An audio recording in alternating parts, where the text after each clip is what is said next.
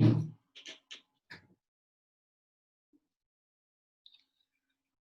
right, a very good evening, everybody, and welcome. Tonight, so we'll look at I'll look at yesterday part of crypto investment and trading attitude. So, implementing the right attitude to your trade is very, very key. And good things that good thing that okay, I'll go here. Blueprint.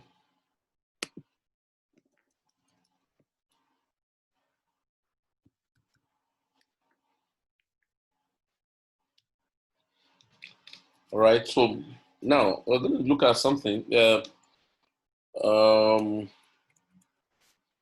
was showing us on Binance yesterday. I was showing us about Binance that when you're trading, and like I've said, there are things that are very important if you're trading.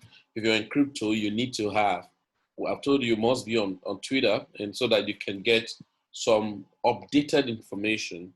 And some platforms, when you get in, maybe Binance and the CEO of Binance and all that, like CZ, and some of the top guys in the crypto space, you get connected with them, and sometimes they post things ahead of time that I've told you that's what boosts some activities in crypto.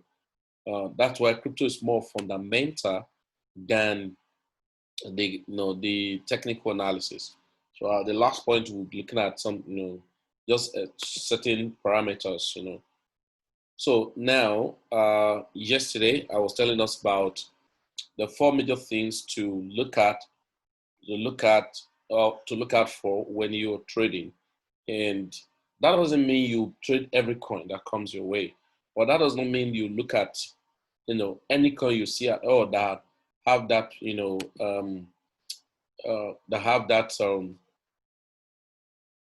scenario, and you trade it. Then there are exceptional cases too. Exceptional cases, I mean, right, where a coin may be going up and you will still buy it. That's what we call trend. Let me use example of this coin. This is BNB. Look at BNB right now. And take note, please, when you are trading, if what you want to do is just to scalp a coin, always use maybe 1 hour, 30 minutes time interval, right? Something like this. So go to your setting, put it 30 minutes, 1 hour, like that, so that you are trading in between this little, just like what we call grid trade, and so that when you want to take profit, you wouldn't necessarily need to view the chart on a very long. The difference between this price and this price here right now, go here. Okay, let's take this guy. Okay, now this is 30 minutes. Don't set your time interval of chart into 30 minutes to 1 hour if you're not scalping. So I don't like scalping, okay? I don't have time for scalping. That's why I use 3 commas. So if I must scalp, and my own scalping even, we call something like those of you guys that trade Forex before, we call something trading news and volatility. And so that you can scalp with that strategy. What's the strategy? Sometimes you can, you might have review a particular coin, or maybe you're in a signal group, and then a particular coin is sent, and then you bought. Immediately you bought, the coin just moved, you sell off and go away. It's another style of scalping. So we call it opportunity trading. So it's another style of scalping, but the real scalp are the type of scalp that you are looking between the interval of change in the price. Look at this chart now. So what the coin, it may be going, maybe doing sideways, just like consolidation. But if you look at it, that okay, the coin, let's look at it from this Satoshi from 2,266 Satoshi to 27,000 or 271,400 Satoshi, in between that within the range. So it's actually consolidating within that range. So I can set my price at 2,000. You can see it come there, 1, 2, 3. So I can set my price in that interval. So to buy, to sell. So it's similar to what we call grid trading, which I will show us on Trade Commerce. And so within that range, as the market move up, so I may be using just 1% to sell, 1%, 2% to sell. So as the coin, let me use, I always tell us in all the people that are subscriber on our platform, on our platform on Build With Me, I always say when you are scalping, scalp more with stable coin, all right? Stable coin and crypto rather than crypto to crypto, because sometimes you may try to scalp your crypto to crypto. So you can see now, fiat now at about 3 p.m. today, okay? At about 3 p.m. today, the market came down to, all right? Came down to $30, 20 something cent, right? And now at about 4 p.m., we go to $30.97. Okay. Again, it came down $30.03 at just not long, 8 p.m., 1 hour ago plus. It went up again to that. So if you look at this, it has been maintaining a kind of range here. So I can just say, okay, let me look at the range. That's why you need to set a time frame like this for scalping. So I'm just showing you this so that over time you see why is it. I can look at, okay, this is the wave. This is the volatility at which the market is going up. Yeah, the market, of course, want to continue mooning, all right? But before it will moon, it will consolidate, why, and move up, just like this trend it created. Create this trend, shoot up, bam, and then come here, consolidate, why, then, so this is what we call trend. Okay, even when it pull back again, this is a correction, and then move on again. Then look at it, it consolidated again. So within this consolidation period, you must have made money. But I'm a trend trader, right? So I can buy like this at, let's say, $28, right? And set my price as $30. So it doesn't matter how long it's going to get to that $30. So the moment it gets to that $30, I'm a ladder sell.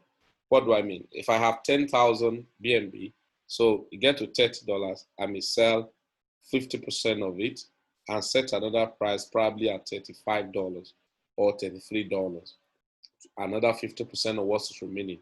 So the market has been doing that, and probably when I sold here and the market pulled down to $29, all right, I may buy. Now, the warning I'll give to everyone is that when you're buying and trading or buy and selling, is that once you buy at a low price, and let's, for instance, you bought 50 BNB, and the market move up, and you sold at $30. Meanwhile, you bought at $28 here. Now you sold at $30. The market came down a while. Now the one you have bought just came by a little and move up and go to $35, right? Number one, that's why you don't sell, especially primary coins. I've told you primary coins are coins that have some reasonable thing they offer, and they have a backup of like partnership. I mentioned BNB, BTC, Ethereum, Neo, Dash coin. They are established coin, so they are called primary coin. These are coins that have good capitalization, XRP, and these coins, even if they come down at one point or the other, they move up again. or as market generally start moving, they move. But pump and dump, once the market crashes, it may just be there because why? It's human behavior. Nobody, most reasonable investors will not bring their money in fresh to crypto and will not go straight to like Bitcoin, Ethereum, Litecoin, Dashcoin, XRP. These are the coins they will go into. They won't go into those new YeFi, DeFi, YeFarming. No, they're not going to go there. Even with Bitcoin, they are still telling you that Bitcoin is not a reliable or it's not a stable investment. So that's why they are careful about investing in Bitcoin or in crypto generally. So with that, you must be sensitive, okay? So it is better when you are trading, right? I'm giving you an attitude, and before we talk about pattern. So these are like a pattern. Once you are trading, you must make sure you devise a means to have most of your coin in primary coins. So you have to divide a strategy to divide those coins you buy into three.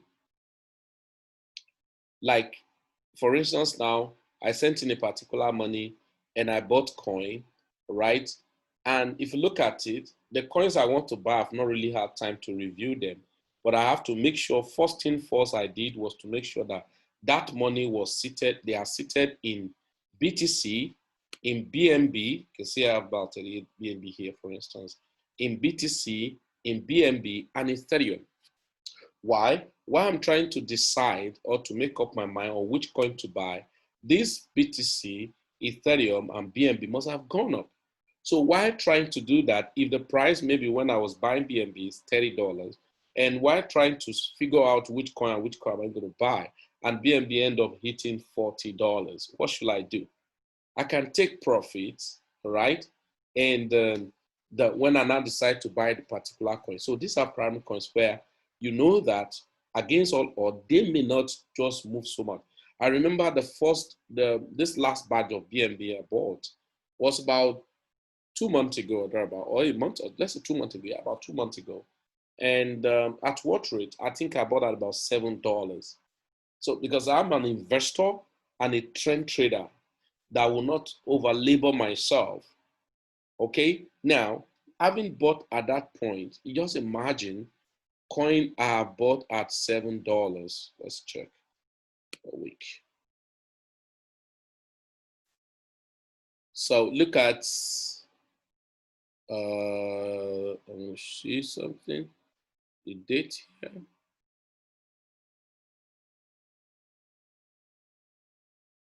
At the moment.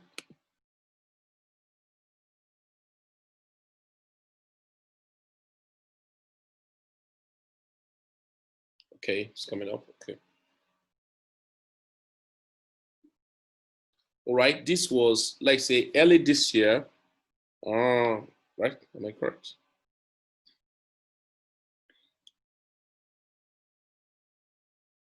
Yeah, January, about $4. Okay, so let's go here. Look at February, right? Yeah, it was somewhere, how many, just about 3, 4 months. I think around $7 thereabout. Now, if you look at it ordinarily, because last year, June precisely, I sold some BNB, which was at $39, right? Meanwhile, we bought as low as $3 to $4. All right, this is a trend. And why do you see it like this? You may not panic seeing it like this, but when you are involved, you will panic because when the market as if it's crashing, then you will be rushed into sell. But at that point, you're wasting your asset because you probably do not understand where the market is going to, and that's why you're panicking. So that's why the very best first strategy is that you come into the market, right? And you look at how much coin do I want to buy? And I need to ask myself, which coin and which coin am I buying?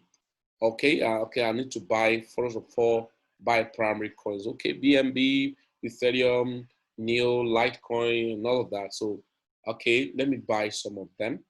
Okay, so my money, I bought those coins. and then I divide into 3. First part, I withdraw it out and store it in an external wallet. Very important. So let's say I buy 30 BNB, for instance, 38 BNB. I divide into 2, right? So about how many? About 17. I mean 17. Is it 17? Or about 19 or thereabout is kept off exchange. Maybe sent to my trust wallet or that external wallet. I kept it there. So let's say while you were doing this was like March this year, right? That's where you were coming in, right? You bought BNB at about $6 or to $7. Now you've divided into 2 and kept half into your external wallet. Then you keep the remaining one into your exchange. So that one in your exchange, about 19, you divide into 2. How? Divide into 2. How do I divide into 2? That means I'm going to set price. Maybe if I bought at $7, I'm going to set price for maybe times 2 or maybe $10. I bought at $7.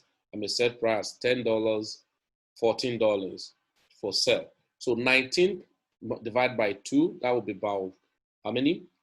9.5 thereabout. So 9.5. So I've said, okay, 9 units of this coin, I'm going to set price. That's what we call swing. So I set a higher price that probably with 60% or 100%. So I wouldn't care how long, but swing basically take like maybe a week, 2 weeks, 1 month, 2 months, maximum 3 months. So I set price like that. Maybe I set price at $10 and set the other price at $14. Now, having done this, the remaining 9.5, or let's say the remaining 9, maybe I set 10 in that dimension. That remaining 9, now, you bought at $7. Immediately the market go to maybe $8 or $8.5, you've sold that coin again. All right. Now, the market now came back from that $7 or $8 you sold it. Remember, you bought at $6 or $7. And the market went up to $8 or 8.5, you have sold. And then the market again just correct back, into maybe $7.5. You're buying back with that your money again. That is scalping. But listen to me. When you are trading or when you're buying, you must take note of something. The volume you have divided and took to the external wallet is a backup, and that's what we call holding. The volume you kept at a very better price ahead of time, that's what we call swinging. So that one you are now at any little bit move up, you sold, and any little drop you buy, that's what we call scalping. But take note, we warn everyone when you are trading, as you buy a coin and you have sold, let's say you bought at $15 here, and the market went up to $18. So you make additional $3 on each of the coin, and you sold, right? And the market refused, and the next thing, the market move up to as high as $20, especially spike this way, right? Now, don't use that your money that you've just sold at $15 or at $17 or $18 to buy back. You don't buy back above the last price you sold.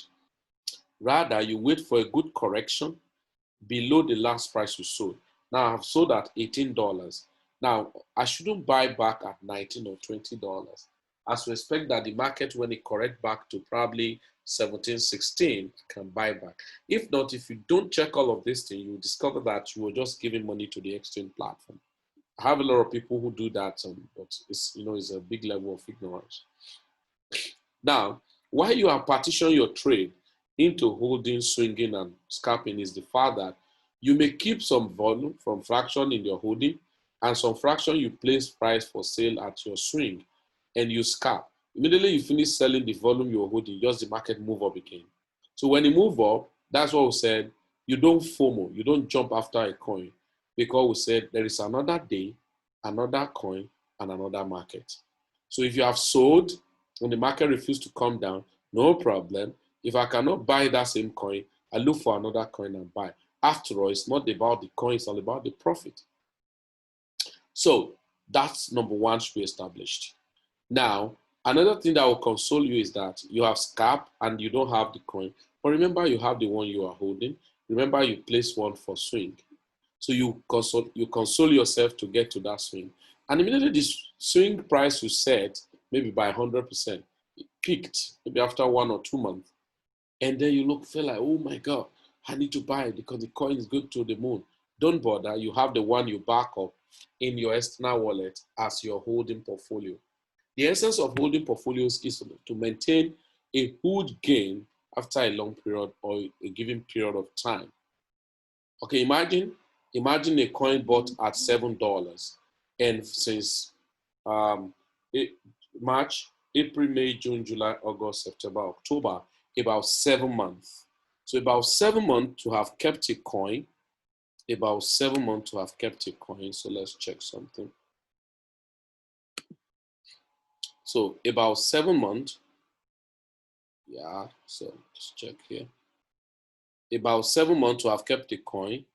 You bought at $7. So let's say you bought 20 pieces at $7 multiplied by 7. $140. Am I correct? Something like that. All right. So now the coin is about $30. You have kept only 10. So 10 multiplied by 30. That's $300. So only this one you're holding has covered a lot of things. Now, but the one you now swing, about 10 or 5 or thereabout, at about $10 or thereabout. So the most important thing is that what you need to maintain at this standard is a standard of the fact that your focus is on profit, and you must devise the best strategy, less stress, to make the profit and not FOMO. Okay, so that's the strategy of setting some part of your coin into your holding portfolio in an external wallet, and again set a swing price at a very better percentage so that you can be doing other things. Of course, when the market peak, then you sell. Now, if the market have peaked and refuse to come down, forget about that coin for that time being. Face the other coins that are still down. All right. So that's one of the best attitude and approach to the crypto business. So focus is very essential. You must be disciplined. Now, very quickly, I know that some of us do not understand what we mean by Satoshi or how to check Satoshi, because this is the place where a good number of people make a lot of mistakes and wasting their money. LRC, I need to buy this coin anytime soon.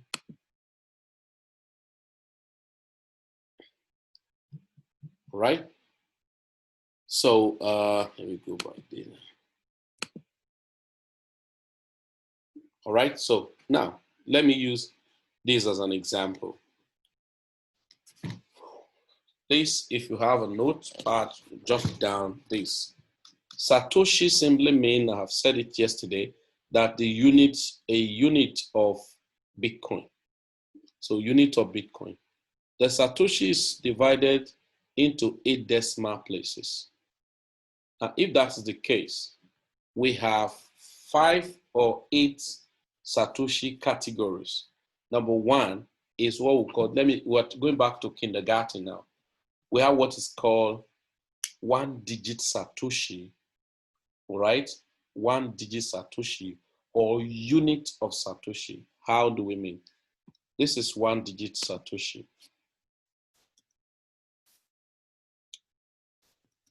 Since Satoshi is in 8 decimal places, that's 1, 2, 3, 4, 5, 6, 7, 8. All right. So 1 unit Satoshi or 1-digit Satoshi is 1 place. That is, it's a 1 place of a Satoshi with 7 zeros between the decimal point and the place. 1 is 1 digit or a unit of Satoshi. 2, 3, 4, 5, 6, 7, 8, 9. So from 1 to 9 is a unit of Satoshi that we refer to as 1-digit Satoshi. Now take note, sometimes people want to buy a coin and they wouldn't know that the Satoshi they are typing was actually wrong. Why? Because sometimes you may see on Binance or different exchange platform, the Satoshi decimal places may be limited to 6 decimal places or 5 decimal places. So you will not mistake 2 digits or tens of Satoshi into 1 unit or a digit of Satoshi. Now let's go by that. So just take note that 1 unit Satoshi, where you should be checking, is it 1 unit or 2 unit or 3 unit, is to check the decimal places between the zero between the decimal point and the digit. So if you are having 0.00 in 7 zeros and the digit, that is 1 unit. So 1, 2, 3, 4, 5, 6 to 9 is 1 unit. Now, 2 unit Satoshi, which you call 2 digits, is from 10 to 9 to 99. So 10, 11, 12, 13, 14, 15, 16, 17, 18, 19, 20, 20, 30, 40, 45, 50, 60, 70, 80, 90, 99. So 99.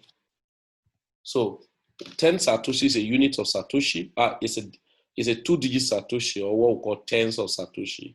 So in that way, so if a unit of Satoshi have 7 zeros, that means tens of Satoshi or 2-digit Satoshi will have how many zeros? 6 zeros between the decimal point and the digit. So that's where you're going to have 0, 0, 0, 0, 0, 6 zeros and 99. So sometime, if you're not careful, you may use 90 Satoshi. You may use 9 Satoshi to be 9 Satoshi.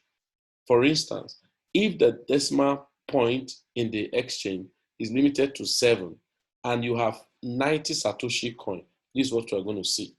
You're going to see 0.00, that's 60 and 9. So you will now thought you were buying the coin at 9 Satoshi, unknown to you that you are buying the coin at 90 Satoshi. So how do I solve the problem? You need to check how many zeros between the decimal point and this. So you are counting 1, 2, 3, 4, 5, 6, 7. So we're including the 9. So that is 7. The question is to ask yourself, where is the remaining 0? It's at the back, but it's not reflecting. So be conscious about this decimal, the 0 in between this decimal point and the digit. So now, after next you go is 3-digit Satoshi, or what we call hundreds of Satoshi. We start from 100 to 999. So there are 3-digit Satoshi. 3-digit Satoshi, 999. So count from 0 now, from here, right? This is 1, 2, 3, 4, 5, 6, 7, 8. So that means there are going to be how many zeros between the digits and the decimal point? It's going to be 5 zeros. Remember, 1 Satoshi or 1 digit or a unit of Satoshi will occupy only 1 portion, and then there's going to be 7 zeros, which this Satoshi start from 1 to 9. Then tens of Satoshi is actually from 10 to 99, then which is going to consume 2 places and have 6 zeros between the decimal point and the digit. Now, hundreds of Satoshi, which we refer to as 3-digit Satoshi, is going to have 5 zeros. So many a time, people now use this to be 99 Satoshi, unknown to him that is buying a coin at as expensive at 99, that's 999, and he thought he's buying at 99. So when the coin must have gone up and is waiting that, when am I going to make my money? So you must be careful to check how many zeros. Once it's 5 zeros in between, know that it's 3-digit Satoshi, which is 100, 120, 200, 300, 500. They are 3-digit Satoshi to 999, right? Now, the next is 4-digit Satoshi, which we call thousands of Satoshi. Thousands. So it will consume 4 places and then 4 decimal zeros. So 1,000, 2,000, 3,000, 4,000, to 9,999. Because it has to be 4 digits. Look at it. 9999. So this is 9,999. All right. Then I think this is very crucial for everybody to know. Okay, sorry. So that is this. So it has 4 zeros. Then we have tens of thousands of Satoshi, which is 5-digit Satoshi. 1, 2, 0, 0, 0. This is 10,000, 11,000, 12,000, 13,000, 14,000, 15, 20, 30, 40, 50, 60, 70, 80, 90, and 9,999. So 5 zeros, 5 9, 1, 2, 99,999 Satoshi. This is 5-digit Satoshi. So now 6-digit Satoshi will have how many zeros? 2 zeros between the decimal point. So which will say hundreds of thousands of Satoshi. Hundreds of thousands of Satoshi, which that's where you call zero. You say how many Bitcoin? Say is 0.001 BTC. So which is hundreds of thousands. It will consume 6 places and leave 2 zeros in between the decimal point and then the digit. So till how many? Now 99999. How many nines do we have here? 6 nines. And what will you call this one? 999,999 Satoshi, which is 6-digit Satoshi. Then it is when you leave from there, you now go to 7-digit Satoshi. All right?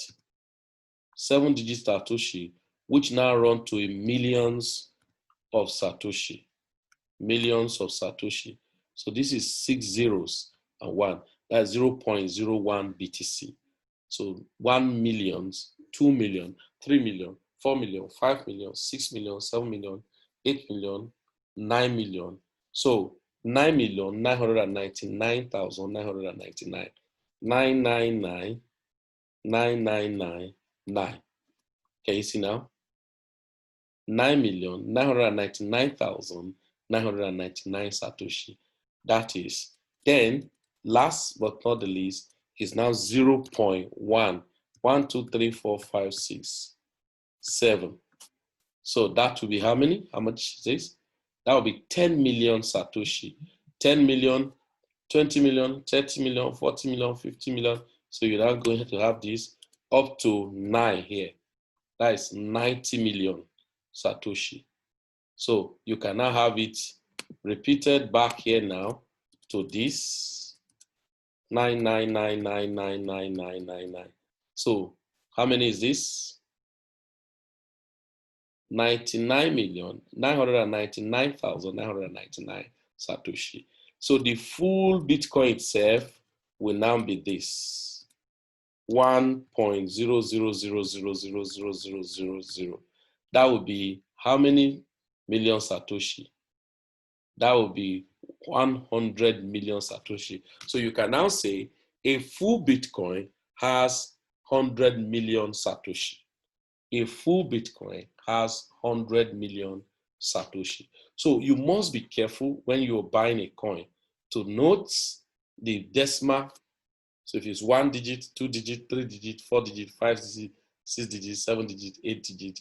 So how many the decimal? This decimal, this decimal. Because somebody want to sell a coin at $1,000, never knew was selling it at 100 Satoshi, at 100 Satoshi instead of 1,000 Satoshi. Somebody want to buy a coin at 100 Satoshi, he ended up buying at 1,000 Satoshi. How? 0.0000. All right. Now 100. So the last zeros was not there, and he thought it was 100. So look at what that is, about 11 cents, right? With the present dollar value. So he thought he was buying at this. See 5 zeros, 100. See the difference. He's buying something at 11 cents, and he thought he was buying it at 1 cent. So can you see the difference? So he's going to wait and wait, and he may not recover from it. So be very careful when you are buying and you are selling. So understanding Satoshi I think it's very crucial. I just remember that I need to show us, even if that's what you can achieve tonight, I think you know what I'm saying, so that you don't, many people still make that mistake. They rush, just buy. I didn't know. Or sometimes you can have a trading call. Maybe some of you guys who are on Deal With Me will say, you will see we set right, will say, but 7 something. You say, what are they saying? Is it dollar? Is it naira? No, it is Satoshi. And that you need to understand. Understanding Satoshi is very, very crucial. Very, very crucial. Right? Please ask question if you have any question, because I just felt this was very important for me to attend to. Yeah, any question?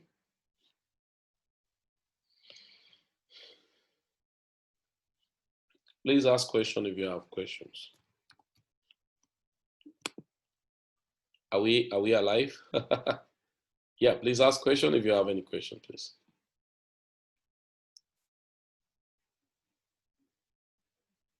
Unmute yourself and ask question if you have questions.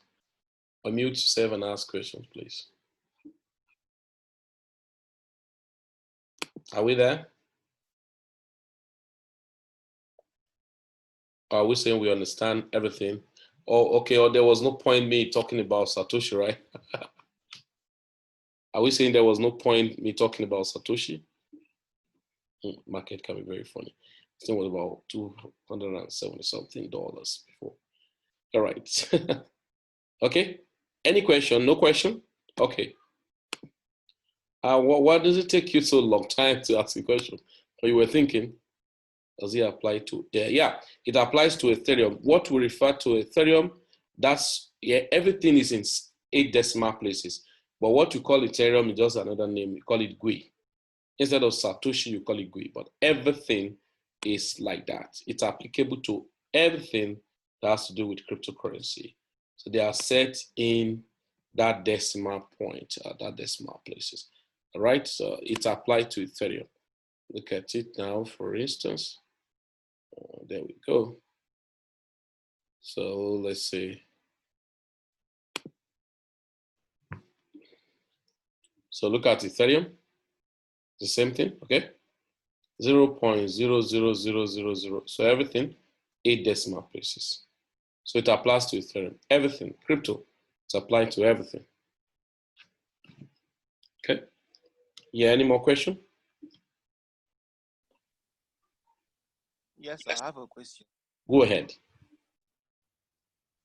Sir, go to your limit. Okay, my limit, okay. Yeah, I'm at limit. Yeah. Yes, sir, that stop limit, what does it stand for? Okay. Now, stop limit simply means when you buy a coin, all right? When you buy a coin and you're just holding it, because obviously you may not be able to use stop limit at a dual purpose if you are just trading on an exchange. But it is when you start making use of trade commerce as like a terminal for trade, then you can use it for both. But what you use stop limit for is that, let me say I bought a coin now, right? I bought a coin at $10, right? And the market is not stable. I felt this market may drop at the end of the day. So, but I look at it, if it drop, what should I do? All right. What I can do is to set a stop limit to which, that's just like when you say you are in Forex, when you say you put a stop loss. Okay? When you say you put a stop loss. So you can use the stop limit to set a stop loss. So when you get there, maybe you bought Bitcoin now, and then you see, man, if what Bitcoin come down to, instead of 11,400, what if it comes down to 10,000? It's going to crash to 9,000. And if it's going to crash to 9,000, please, when the market get back to 10,900, right? Please sell for me, right? So you can use your stop limit to do that. So you see stop, you see limit, just put the same amount, 10,900, okay? 10,900, okay? And then if it's all, you can put it. So when you put it, it's not going to sell off immediately until the market crash down. When you get to that 10,900, it cut you off from the market and push your money to stable coin. And so if the markets crash down further to maybe 9,000 or 8,000, then you have saved yourself from the excess losses.